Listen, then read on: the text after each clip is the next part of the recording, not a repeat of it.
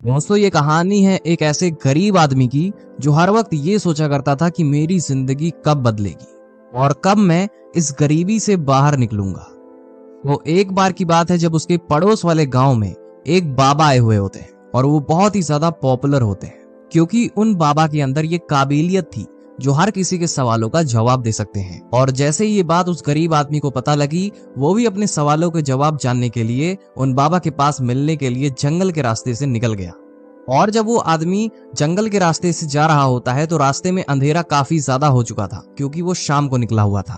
थोड़ी दूर चलने पे उसे एक घर दिखाई देता है जो कि बहुत ही बड़ा और आलीशान लग रहा था। वो गरीब आदमी उस घर के मालिक से मिलता है और वहां पे रुकने की इजाजत ले लेता है और फिर वो ये भी बताता है कि वो इतनी रात गए यहाँ पे क्या कर रहा है। और फिर उसका मालिक पूछता है कि तुम बगल वाले गांव में किससे मिलने जा रहे हो। फिर वो गरीब आदमी बताता है कि मैं अपने सवालों का जवाब जानने के लिए उन बाबा से मिलने के लिए जा रहा हूँ। फिर वह घर का मालिक कहता है कि तुम उन बाबा से मेरा भी एक सवाल पूछ लेना।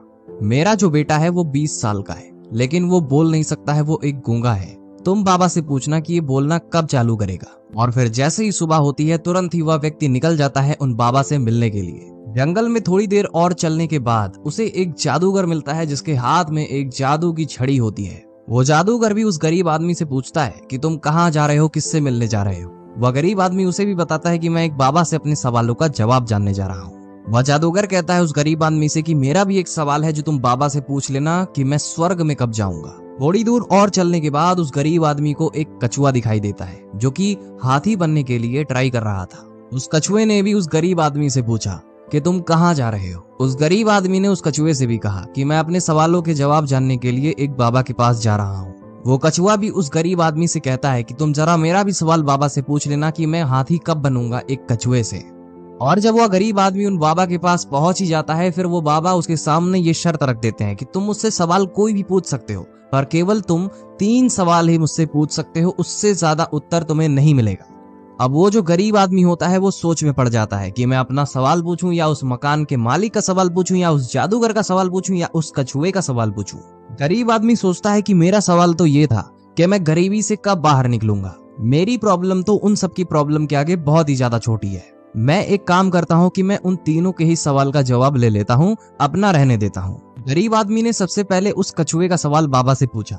बाबा कहते हैं कि जब वह कछुआ अपने कवच से बाहर निकलेगा तब वो हाथी बन सकता है। और उसके बाद वह गरीब आदमी उस जादूगर का सवाल बाबा से पूछता है तो फिर बाबा जवाब देते हैं कि जब वो जादूगर अपनी जादू की छड़ी किसी दूसरे को दे देगा। फिर उस गरीब आदमी ने उस घर के मालिक का सवाल पूछा उसके बेटे के लिए। वह बाबा बताते हैं कि जब उसके बेटे को उसकी जीवन साथी मिल जाएगी तब वह बोलना चालू कर देगा। वह गरीब आदमी उन तीनों के सवालों का जवाब लेके उसी रास्ते से वापस चला जाता है। और जब वह गरीब आदमी उस कछुए से मिलता है तो कछुए से उसका कवच छोड़ने को कहता है और जैसे ही कछुए ने अपना कवच को छोड़ा तो वो एक हाथी बन जाता है। कछुए के कवच से बहुत सारे मोती निकलते हैं जो उस आदमी को मिल जाते हैं। और फिर जब वह गरीब आदमी आगे बढ़ता है तब उस जादूगर से मिलता है। वह गरीब आदमी कहता है जादूगर से कि जब तुम अपनी जादू की छड़ी किसी दूसरे को दे दोगे तब तुम स्वर्ग जा सकते हो। और उसके बाद उस जादूगर ने अपनी जादू की छड़ी उसी आदमी को दे दी और जैसे ही वो जादूगर अपनी छड़ी को छोड़ता है तुरंत ही वह स्वर्ग में पहुंच भी जाता है। और फिर वह गरीब आदमी उस घर के मालिक से मिलता है और उससे बताता है कि जब तुम्हारे बेटे की शादी होगी तब तुम्हारा बेटा बोलना चालू कर देगा। और फिर उस मकान के मालिक ने अपने बेटे की शादी उस गरीब आदमी की बेटी से करा दी और फिर उसके बाद उसका बेटा बोलने भी लगा। दोस्तों इस कहानी से हमें ये सीखने को मिलता है कि कुछ पाने के लिए कुछ खोना पड़ता है, कुछ छोड़ना पड़ता है, कुछ सैक्रिफाइसेस करने पड़ते हैं। जैसे उस कछुए ने अपना कवच को त्याग दिया, तुरंत ही वह हाथी बन गया। यानी कि कहीं पहुंचने के लिए कहीं से निकलना बहुत ज्यादा जरूरी होता है और उन सबके चेंज करने से उस गरीब आदमी को भी बेनिफिट होता है जो गरीबी से अमीरी की ओर बढ़ना चाहता था। क्योंकि दोस्तों इस स्टोरी में सबसे ज्यादा सैक्रिफाइस और सबसे बड़ा सैक्रिफाइस वो गरीब आदमी ही करता है।